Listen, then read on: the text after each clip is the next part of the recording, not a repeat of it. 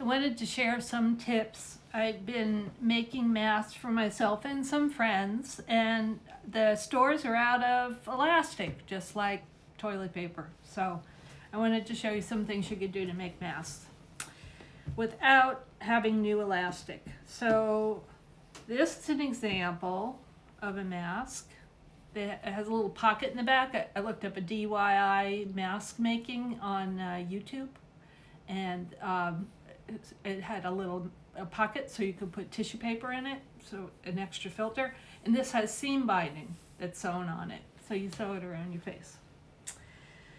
The DIY video showed something with thin elastic, and the only elastic I had was 3/4 inch, and that didn't work. So it didn't fit right around the ear, so I cut it in half, and then I made almost like a scrunchie around it. So this is another example.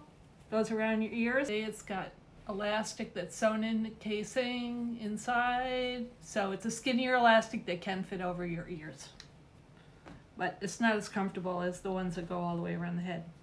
Then there's also things around your house that you might have, like headbands. I don't need headbands that much now because I cut my hair short. So here's one with pink and here's one with black.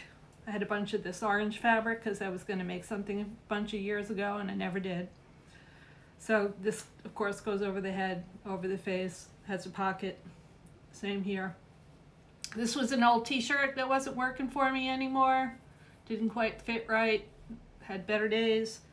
And a black headband that was in pretty good shape. Got a bunch of thread on it here. And this one here was a scarf with another headband.